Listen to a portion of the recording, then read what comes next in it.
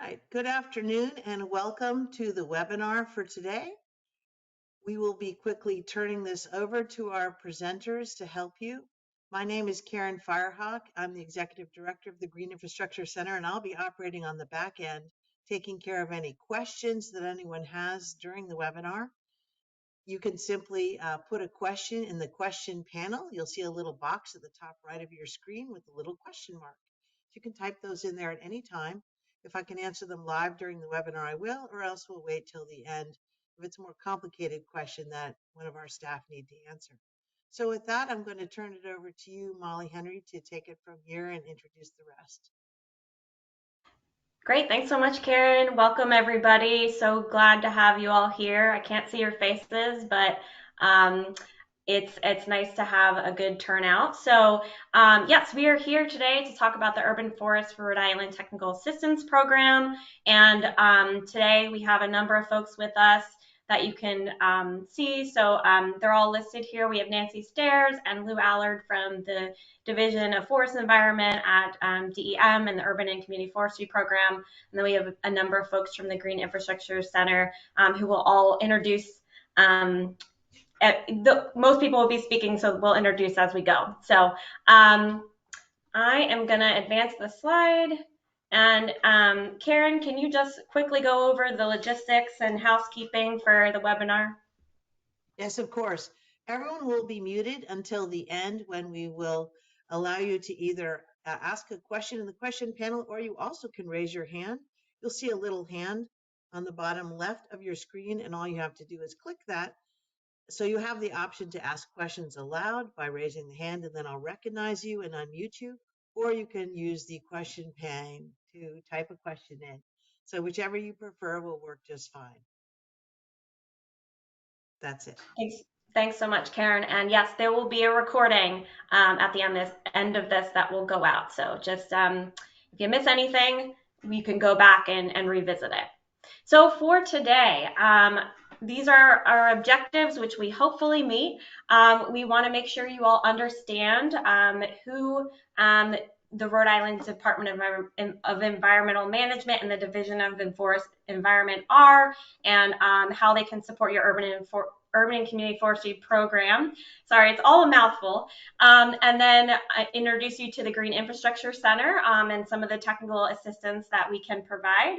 And then you'll learn a little bit about your eligibility for the technical assistance program and how it might be able to improve or expand on your current urban and community forestry program. And then we'll also learn a little bit about the process, some important dates, and hopefully have your questions answered. So the flow for this webinar is that we'll introduce you to the folks at the Division of Forest Environment at DEM and Green Infrastructure Center, and we'll give you information on, there's two funding sources. So Matt's going to go over the Inflation Reduction Act and the congressionally directed spending that is supporting this program. Then we also have information on what the program actually provides. Then we'll go into the eligibility and evaluation criteria, some of the timeline and the milestones associated with it. We'll review the application process together. I'll go and demo the form for you all. And then we'll have a special guest speaker, Johanna Walczek from the City of East Providence, to talk a little bit about the work that she's been doing with GIC and DEM over the past year. And then we'll wrap up with questions and answers. So with that, I'm going to turn it over to Lou Allard, who's the Urban and Community Forestry Program Coordinator at DEM, and introduce you to that program if you're not already familiar. So Lou, I will let you take it from here. All right, thanks, Molly. Can't see who's here, but welcome. So I just want to give a little bit of a background about our program here with DEM. So our Urban and Community Forestry Program falls within the Division of Forest Environment, or more specifically, the Division of Agriculture and Forest Environment, as we've recently joined forces with Division of Agriculture, so to make one super division. So Urban and Community Forestry, along with forest fire, forest stewardship, forest health, and forest legacy, we kind of all fall within the cooperative forestry assistance program. So we each receive funding from the U.S. Forest Service each year to deliver our programs to Rhode Island. So you might recognize our urban and community forestry program if you're not familiar with us, maybe through some of our programs. So things like the Energy Saving Trees program that we've been running as a partnership with Arbor Day Foundation over the last few years to deliver 1,000 trees to Rhode Island residents every spring and fall.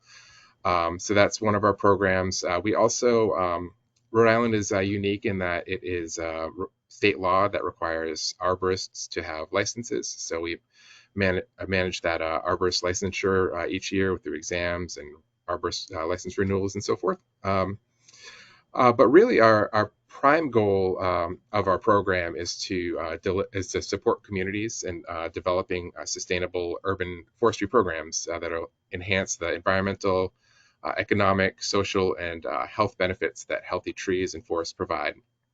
And we do that through things like technical assistance. So things like tree inventory. So you need to know, to manage your community, you kind of need to know what you have first. And so we always encourage communities to start, having that knowledge of what trees they have available. So we provide assistance for things like how to do the inventory itself, use software, or how to identify species. We have resources for that. So that's one example.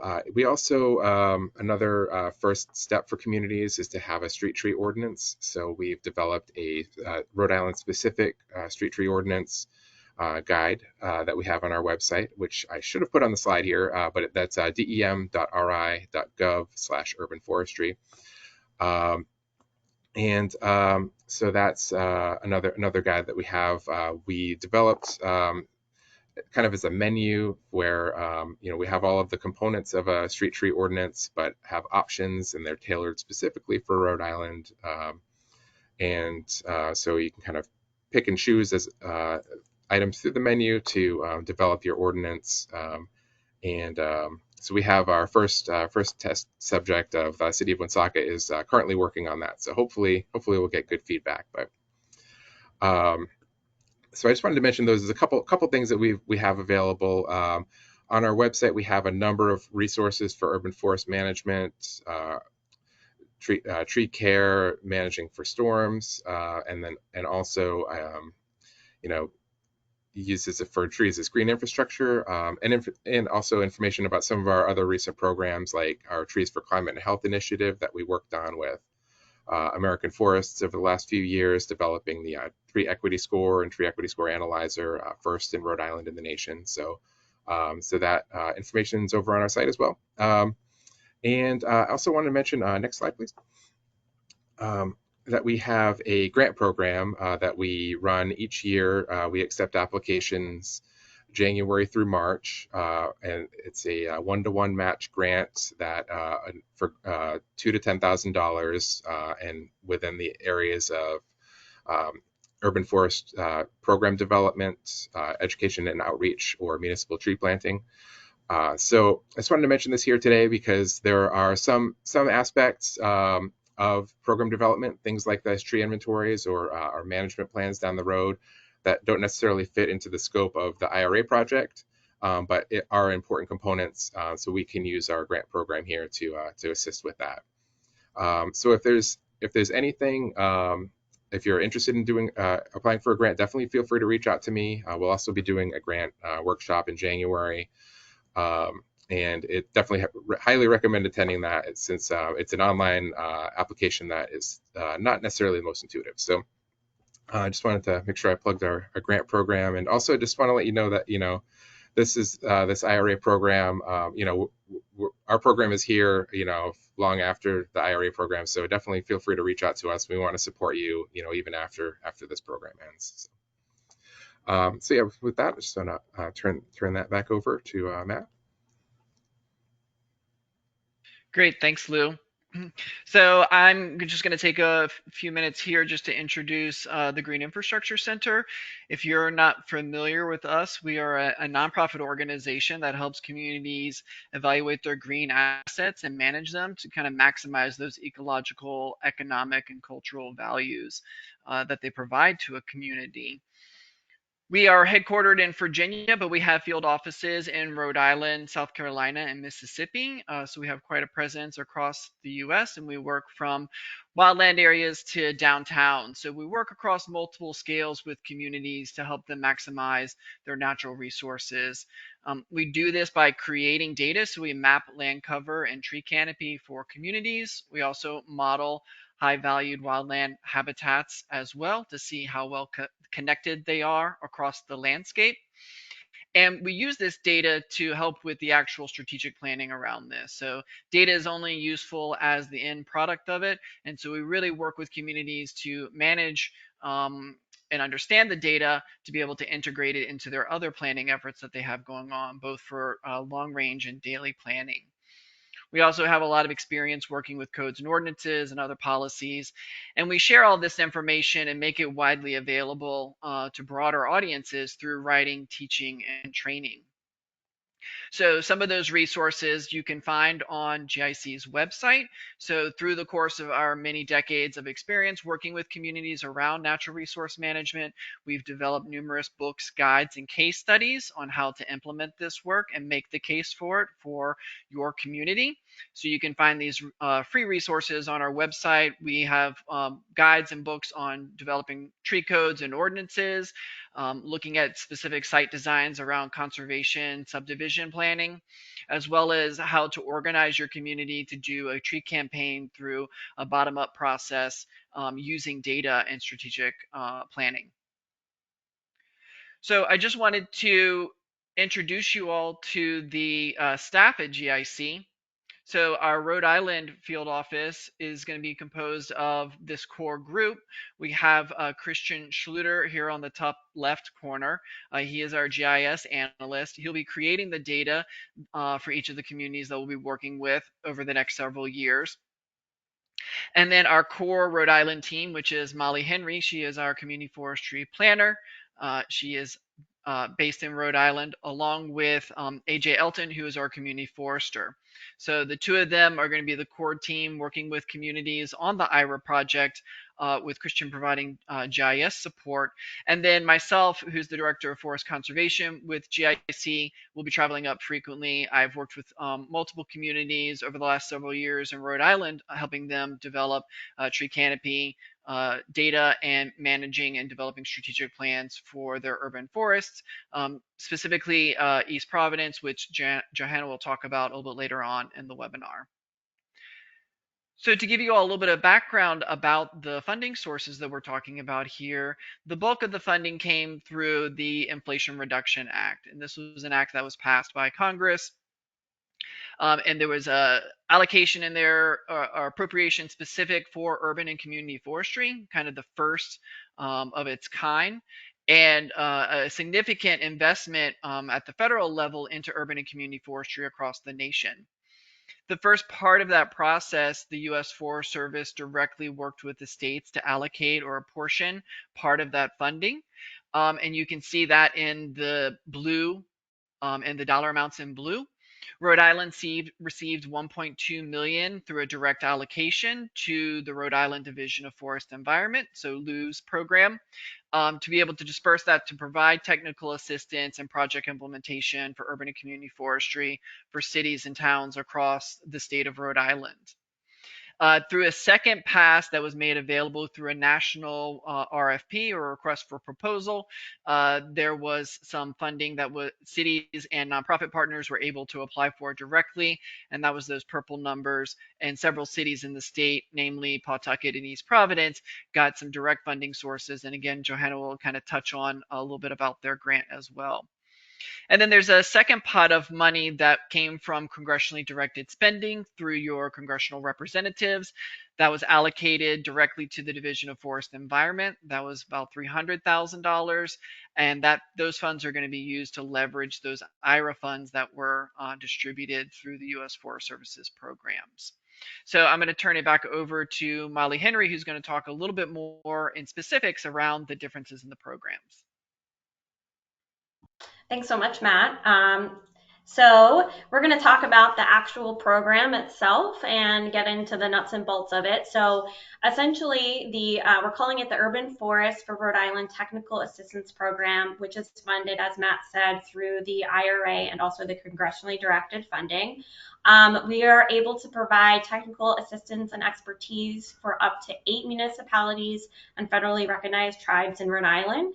And this support would, as I mentioned earlier, be able to help you build out an urban forestry program if you don't have one already, or to help expand on your current urban forest programming. And we will provide support for anywhere from 2 to 3 years, the first year being more of the planning phase of the work, and the second and third years going into implementation. So it really depends on the complexity, I can't say that word. How complex the projects are, and also how much you want to get into some of the other goals and how robust they are. So 2 to 3 years is what we're looking at. And we're able to stagger the start times. We understand that everybody is in different places in terms of their planning processes and capacities, and maybe you have existing grants that you're working on. So we wanted to give you options to start at a time that was best suited for your locality. So we have start times for winter in this year, 2024, summer 2024, and winter 2025. And I'll have a breakout of the timeline and how that might look. So as Matt mentioned, there are 2 funding sources for this program. So as you can see here, there's a list of activities that are supported through the Inflation Reduction Act, which is a little bit more comprehensive than the congressionally directed spending. However, with that being said, you can certainly reach out to GIC and DEM Division of Forest Environment and their Urban and Community Forestry program to find ways to fill any gaps or needs that you might have if you do only qualify for the congressionally directed spending and you want to get some extra support. Definitely we can work with you to find a way to do that. Essentially, just going through here, what we would provide. So for both of the funding sources, there's a code and ordinance review. We also provide high resolution canopy maps, looking at plantable areas, stormwater benefits, and then we would provide some resources around emergency planning, such as how to include trees in your FEMA application so that you can use some funding through FEMA for federally declared disasters. We also provide training for residents and local groups on tree planting and tree care. And then there's a neighborhood level planting, so that implementation side of things, where that is also supported through both programs.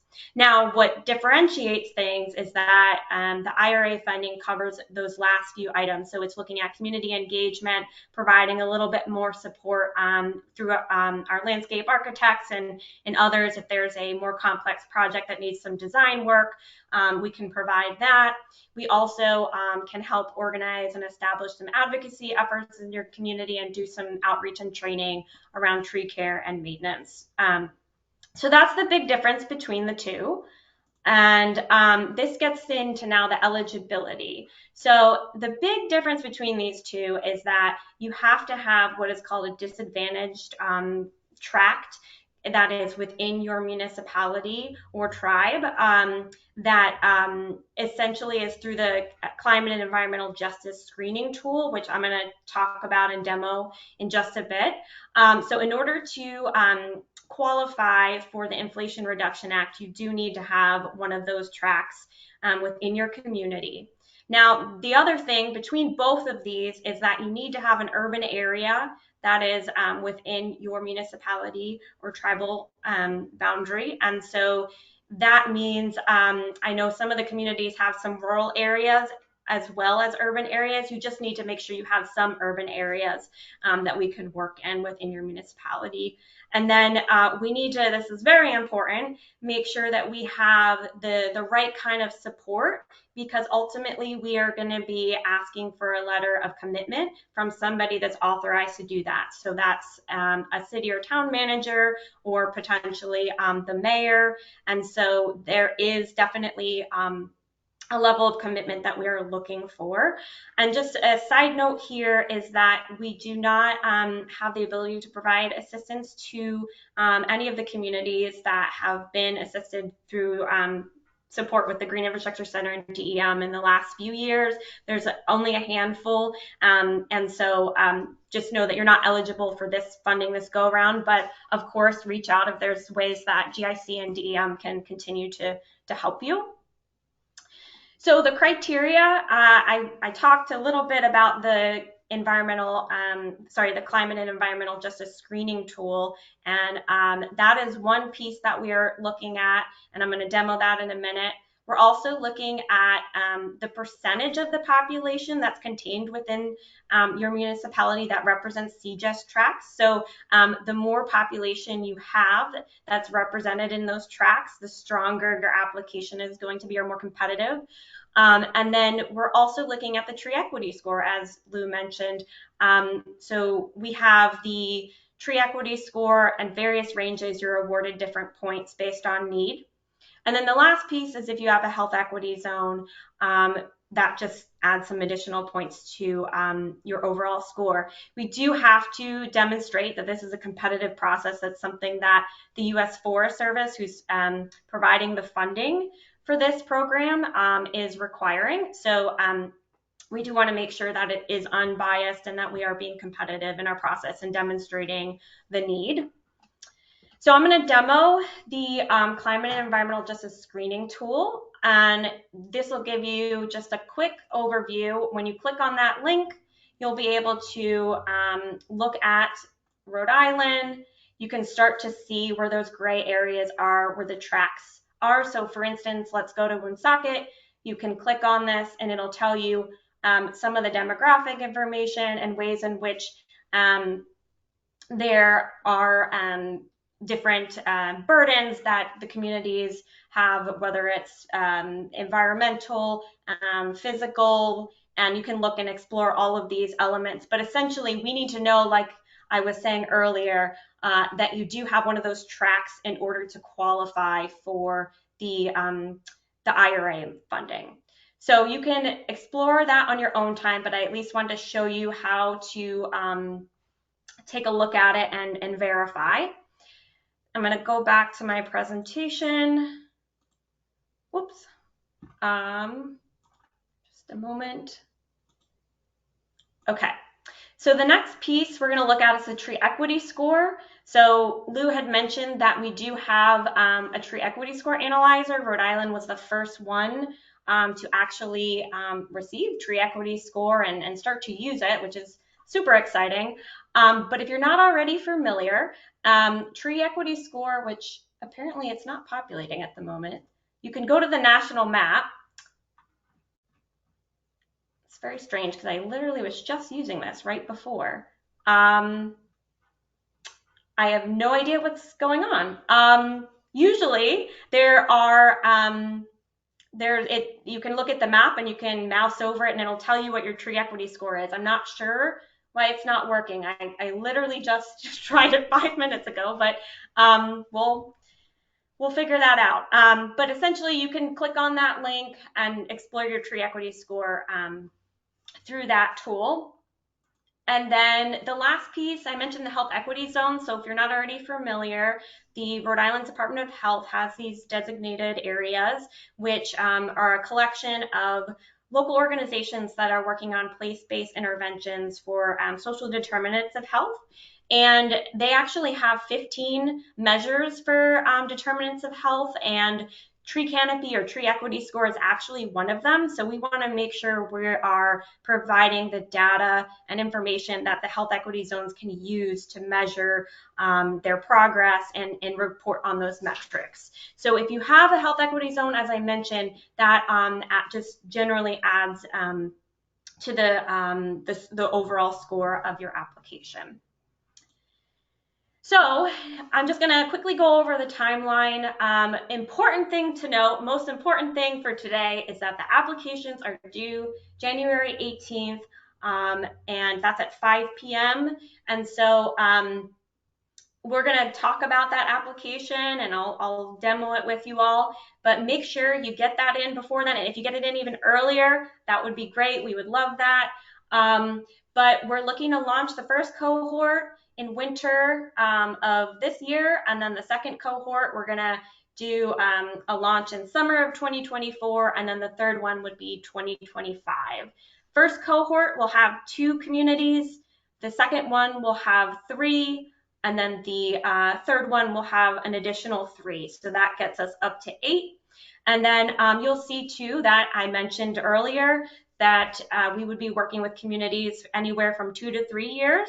So something to note here that you'll see is that there could be some overlap where cohort 1 is still working on their implementation while cohort 2 might be starting on their mapping and analysis.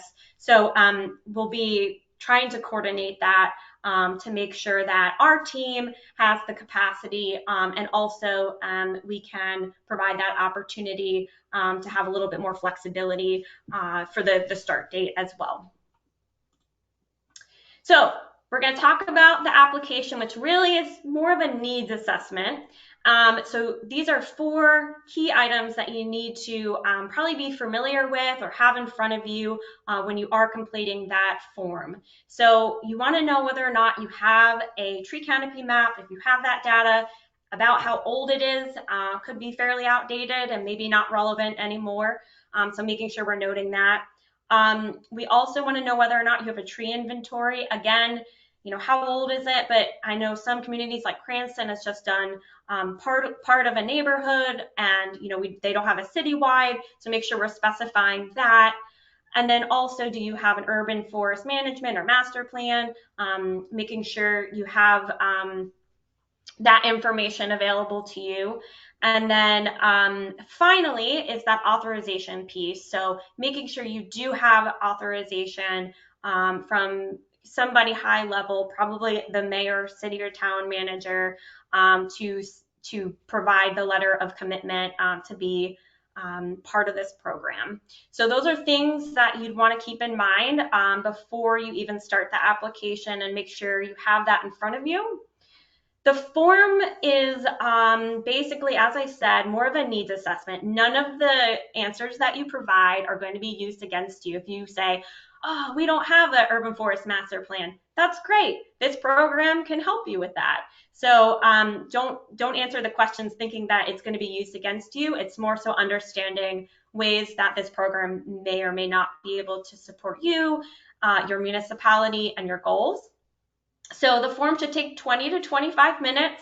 It's mostly yes or no questions, a few open-ended, and it's more informational, like I said. And again, we want to have that authorization. The deadline, again, January 18th at 5 p.m. And I'm going to click on this really quickly just to give you a sense of what it looks like. So this is using Survey 123, which is an Esri product, but it's going to look very similar to if you've done a Google form or a Microsoft form, very similar. There's an intro page just describing everything I went over, from the eligibility requirements, an overview of the program, what you need to have on hand in order to fill it out. And then you'll get to this pre-screening, which is, again, those questions to whether or not you're eligible. So do you have a urban area in your locality? If you say yes, it'll take you then to whether or not you have authorization. And then that'll then take you to the final question as to whether or not you've received assistance from GIC in the past few years. So if you are eligible and you say yes, yes, no, it'll take you to this main screen, and then you'll see through here, it's all on one page. So you can read the whole thing and then figure out when you want to spend time filling it out. It'll save automatically, so you can do part of it and return to it. But what I do want to point out is the piece about the cohort. So there's an opportunity here to rank your priority for when you would like to start. So if you just kind of move this around and tell us which time would be best for you, that would be really helpful, because we want to make sure we can, as best we can, accommodate your priorities and when you would like to start. And then there is an open-ended question here if there's anything else that you would like to share with us. And what I would like to suggest is that if you do have a strong preference on timing, which cohort you do want to start with, we want to make sure we understand why, so that can be kind of weighted into the decision as to when we might select communities to start. So for instance, if you're working on your comprehensive plan and this data and analysis would be really helpful, and the timing would be good if you started with cohort 1, we want to know that. Or if you are maxed out because you're working on other grants right now and you want to do cohort 3, then make sure you just note that in the final open-ended piece. So that is the form. You can also fill it out on your phone too. It is compatible. And with that, I'm going to wrap things up with Johanna Walczak, who I mentioned is a planner for East Providence. She's going to talk a little bit about some of the work that East Providence has done and in partnership with DEM and GIC over the last year, and how they're hoping to use some of the data and analysis to work and move forward in their urban and community forestry program. So Johanna, I will pass it over to you. Hi, Molly. Thanks for the introduction. And I'm, as she said, I'm Johanna Walczak. I'm a senior planner with the City of East Providence. I've been here almost 6 years now. And when I started, the city didn't have a tree planting budget. We had an old tree inventory from 2007 that was outdated on, the data was maybe on an old Excel spreadsheet, but the software that it was on is defunct and nobody knew how to even access it. But since then, in the last 3 years, really, we've really ramped up our urban forestry initiatives and tree planting efforts. And that came about through a combination of having a Mayor Bob DeSilva, who's a huge proponent of planting trees and very supportive of the initiatives that we have been doing, community advocates such as the resident group EP Urban Forest, and then we've also received a ton of grants and technical assistance from Rhode Island DEM, Division of Forest Environment, through the Urban Forestry Program, so with through Lou Allard and Nancy Stairs. And so this is also just a big plug for not just applying for the specific program that this webinar is about, but all of the other resources and grant programs that they have available whenever they have an opportunity. I go for it, and it's really paid off in a lot of ways. So again, can't speak highly enough of them. And even, just questions, I'm not a trained tree expert. So I've learned a ton myself in the last few years, and I'm constantly learning. So when, Nancy said, "Hey, do you want some money to treat your ash trees for emerald ash borer?" I was like, "Yeah, sure, but how do we do that?" And so, she helped guide me through the process and connect me to the right experts and ask the right questions and get the right contractors. So anyways, in the last couple of years, we've accomplished a lot, including conducting a street tree inventory that was completed in the summer of 2021. That was through an urban forestry grant program through Division of Forest Environment. We also applied for another grant through them to do a tree inventory analysis, which is happening right now, and that report should be coming out soon. We've planted hundreds of trees through our Parks Division with the city, as well as some partnerships with community groups and a new partnership with Groundwork Rhode Island, the Emerald Ash Borer Treatment Program, Revive the Tree Commission, and most recently we were awarded a USDA Forest Service IRA grant. We got a $750,000 grant with a $750,000 city match. So it will be a $1.5 million project over the next 5 years to increase our capacity to plant a lot more trees and really focus on the high priority areas in our city, the low tree equity score neighborhoods. And so all this to give some background and context of how that fit in with our work with GIC.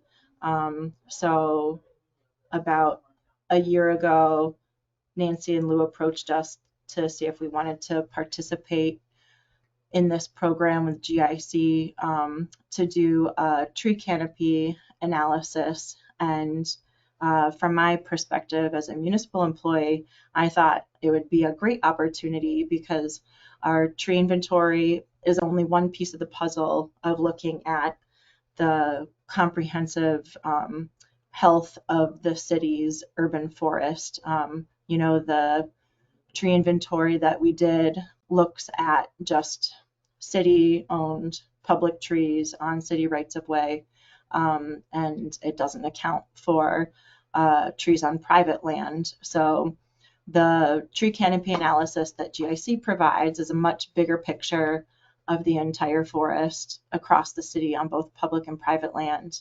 And this is really going to enable us to more strategically identify our tree planting goals overall for the city and identify those priority planting areas, and also look at the responsibility of meeting those goals and planting more trees, not just the city doing that, but also private landowners and how we can support and encourage private landowners to conserve trees and plant more trees. So the process of working with GIC, as I said, we had that invitation from Division of Forest Environment, the Urban Forestry Program. Then we put together a team of city staff across departments, planning, engineering, zoning, the TPW director, parks, and emergency management. We held the kickoff meeting. We had a series of workshops. We reviewed maps that they prepared. They did audits of our zoning code and other tree-related policies to identify policy changes or potential policy changes, and also identify potential goals and strategies. Then we held a community workshop that was open to the public in early October. We held it in the event room at our local library and had about 30 people in attendance, and GIC came up from Virginia. Now you will have local GIC staff here in Rhode Island as well, and we displayed the maps. Everybody got to look at all of the maps, provide comments and feedback, look up the street where they live, their neighborhood, and that was really cool for people to see the canopy coverage in their neighborhood and how that compared to other places, and look at the potential planting areas that were identified through the GIC analysis. And then they were also able to look at all of the potential strategies, and every person that came in got, I think, 5 or 6 little dot stickers and got to vote on which strategies they felt were most important. So that was a great way to engage people. And the final report will be published in, I think, late January or early February. And that's when the real work will begin. And also when we will hopefully be getting our grant agreement with USDA Forest Service to start implementation of our IRA grant. So if you want to advance to the next slide. So this shows it doesn't, then I think the slide after will provide the overall map, but this pie chart here shows a breakdown of the land use categorizations. So I'll show some of the slides of the products that GIC created for East Providence and speak just very briefly on them. But I'll just say now that, you know, we'll be using this data for implementation of our IRA grant to identify those priority planting areas. It's also going to help with specifically for planting trees for climate resilience and flood protection. And we'll be really using this data across departments, planning, parks, engineering, highway. So if you advance to the next slide. So this, it's kind of hard to see the zoomed out because these are really big detailed maps, but this shows overall, this is citywide. They used LiDAR data to identify current land uses to show which parts of the city are already developed, you know, already have buildings and other infrastructure, which areas have current canopy cover, and then also these potential planting areas are identified through finding pervious land that doesn't have, you know, buildings or infrastructure on it. We did go through a process with them. This was probably the biggest lift as far as, you know, city staff going through this process was identifying any parcels that should not be included in the potential planting area map, such as golf courses, cemeteries, farmland, athletic fields, landfills, interstate right-of-ways, any land uses that are obviously not suitable for planting trees. So you can see that in the draft map, we had 11.2% potential planting area citywide, and then after going through that process of eliminating that list of unsuitable land, that was reduced down to 5%. And go to the next slide. And so through the process, GIC also calculates ecosystem benefits, which you can use for advocating to, you know, city council and other decision makers on the importance of planting trees. Next slide. And that data is also useful for like climate resilience and stormwater mitigation projects. You can use that data in your grant narratives, and that will score a lot of points having that really solid data to back your grant proposals. This is a map on surface heat and low income. So there's a lot of, they provide a lot of different data that is very useful in different ways. So you can look at tree equity related to who is most impacted by climate change and hotter summers and urban heat island effect, and seeing that correlates most often with low-income communities that also have the lowest tree canopy cover. And go to the next slide. And I'm going to skip over this one, go to the next slide. And if Matt Lee has anything to add, feel free to jump in.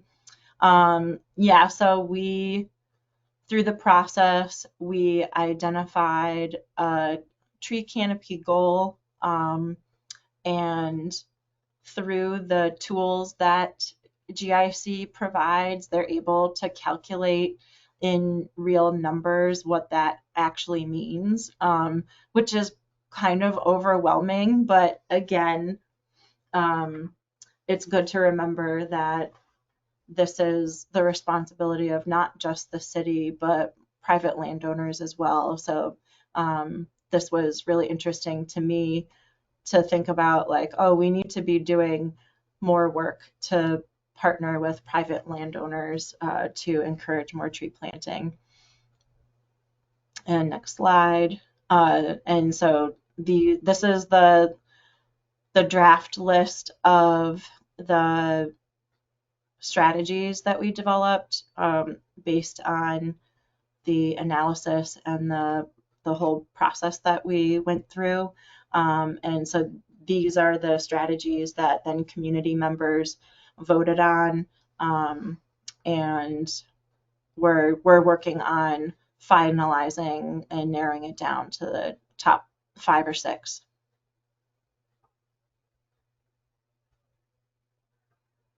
All right. Well, Johanna, thank you so much for sharing about your experience and some of the products that you received through the partnerships with DEM and GIC.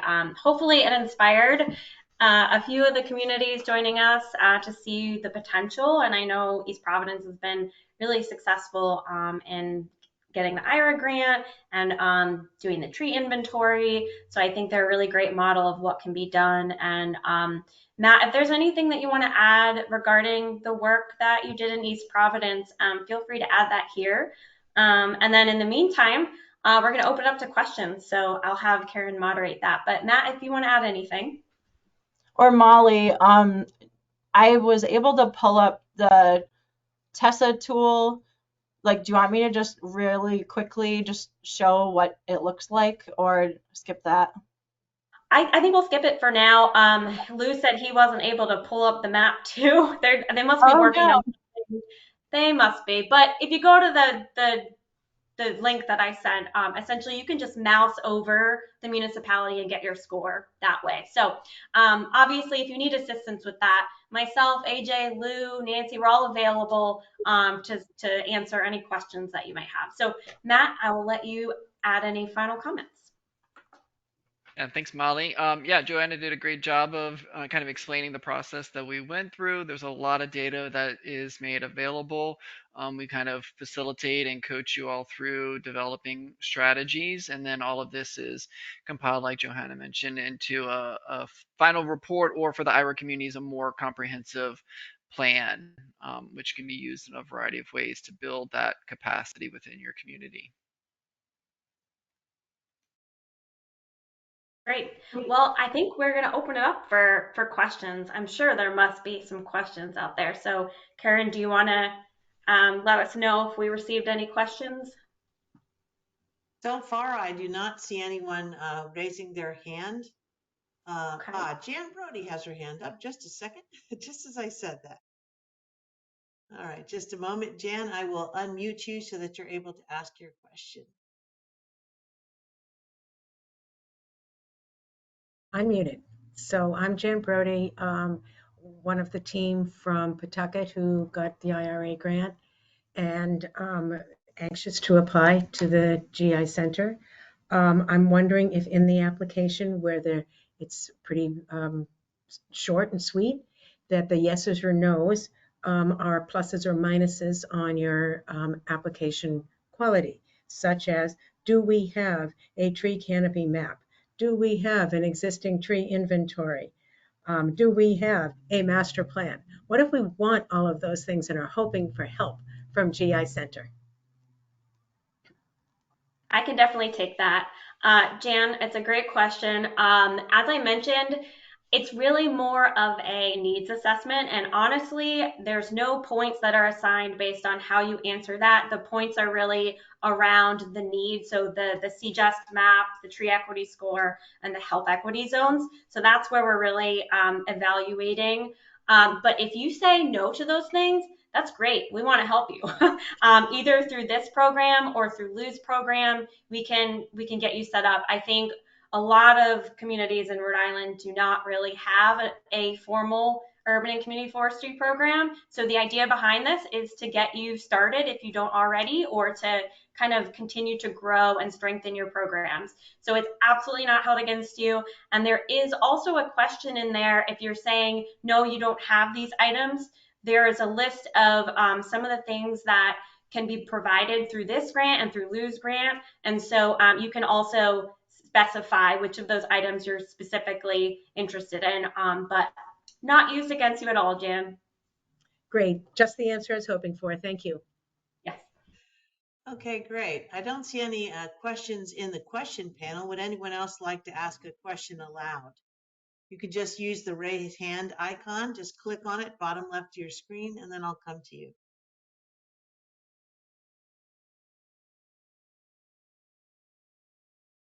I'm not seeing any questions. Oh, here comes Kevin. Just a moment. Kevin, I will go ahead and find you in the panel and then ask you to unmute yourself. Just a second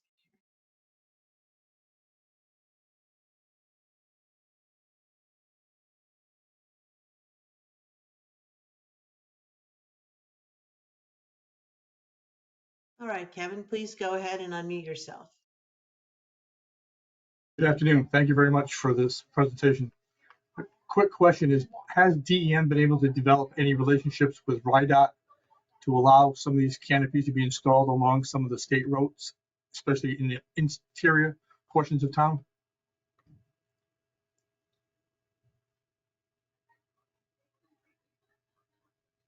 I think that would be a question for you, Lou. Yep. Yeah. And so not specifically. We've met with them recently, and it's always a topic we want to make sure that they are that they're working with us and have good tree canopy and coverage and so forth. But if there are specific areas that you think that we should be talking to them about, definitely reach out to me. I'm happy to check in with DOT for that, to try and manage something together. Thank you. Okay, does anyone else have a question? Well, I'll ask a question then. So to Molly and Matt, if my community had already had a project in mind, like we already know we have this urban park that's pretty treeless, or maybe a vacant lot that we want to redevelop, is this something you could help us out with, a specific project like that? Absolutely, Karen. So we have funding to plant trees, but also to do some design work. As I mentioned, we have landscape architects and planners, GIS staff, who can help with any sort of assistance if you're looking to do a redesign of a park, or you want to design a pocket park, or you have a vacant lot that you want to revitalize in one way or another. That this funding could definitely support that. I think the big thing with this is the community engagement piece of it. So we have in the second phase of this program a pretty robust community engagement process that we're going to go through, which includes figuring out where within the communities those kinds of investments need to be made, and having the community really take a leadership role in deciding what that should look like. And we do have funding to support that, both the community engagement side and then also the implementation. So we're definitely open to providing, green space and trees together. But Matt, is there anything that you want to add to that? Yeah, Molly's right. Like, we really ideally would like to be able to engage with the community through a process to identify what their priorities are, but certainly see how those intersect with other planning that the community has already done together for identified opportunities. And so all of that will kind of be brought to the table during the planning process. So those ideas can be brought forward, and then new ideas can be discovered. And as a group together, we can decide, what are the best things that we can do moving forward. We do have implementation funds, but we do have a finite amount of implementation funds, and so we need to be able to scale projects appropriately so that each community is getting the types of projects implemented and the trees planted that they need. I don't see any other questions in the raised hand so far, so I'll just ask another question, which is what if the community doesn't have like a tree advocacy or a tree boosters group in place? Is that something you can help them form? I'll take this. And then Matt, feel free to add on to it. I believe when I went over with the IRA funding, we do have support for advocacy and outreach. And I think I had mentioned as well with community engagement, we're looking to have liaisons in each of the community that are experts and live in the neighborhoods where we would be working. So we do have support around that. Matt, is there anything you want to add? Yeah, I would say, in some situations, the strategies that a community need to prioritize, we always like to think of tree planting as the outcome or the end goal, or, doing something at the city level. But oftentimes for a community to have success, they need to be doing that education and community engagement piece to build support for the urban forest so that it does become a priority. Think trickling from the bottom up. If the general public and the voting public are passionate about trees and want to see changes made to their urban forestry programs in their municipality, oftentimes city leadership will listen to that, especially during re-election times. So that is a valuable strategy in and of itself, in addition to also identifying spots where we can plant trees in the community. So we want to look at it through kind of a holistic and comprehensive approach, and that's just as valuable of a strategy as going out and planting trees in your parks. And I believe Can you're I? also going to, yeah, go ahead. Oh, I I'm was just sorry. going to say, Go ahead, Karen. I was just going to say, I believe you're also able to help them with ordinances or if their code needs to be updated to make it easier to plant a tree successfully or in the right size space. Yeah. In the last few minutes, I did want to make a few additional notes because I know myself and some of my colleagues have been meeting with communities and there have been some frequently asked questions. So I just want to clarify a few things that I think are important. One is that there's no match requirement. And then the other piece is that there's no financial handling or administrative burden here. So all of the funding is, through the IRA, and the congressionally directed funding is through contract between DEM and GIC. So you don't need to worry about reimbursement or anything of that sort. The big ask here is getting staff involved. And as Johanna kind of talked about her team, we would have a steering committee composed of city staff from relevant departments that touch on urban forestry in various ways. So it might be your DPW in one community, and it might be parks in another.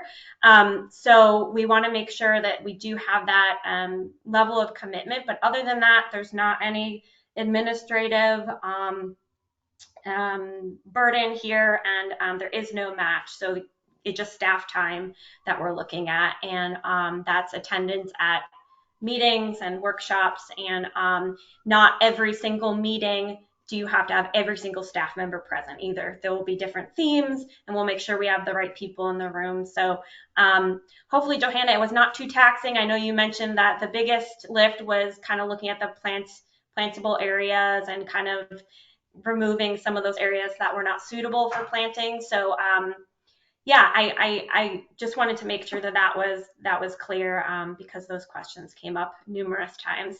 And if you do want to meet with us, myself or AJ or Lou, we are happy to come to your community and have some FaceTime, jump on a phone call, help you with your application if you have questions. We are here to help, because between now and the application date, our priority is to support communities that are interested in enrolling in the program. So Great. Well, thanks very much, Molly. And with that, I think we'll close out the webinar. We will send a copy of the slide deck to everyone who is in attendance today, and also a copy of the recording later today as well. So thanks, everyone, and we hope you all will apply. All right. Thank you. Have a great day. Get outside and be with the tree.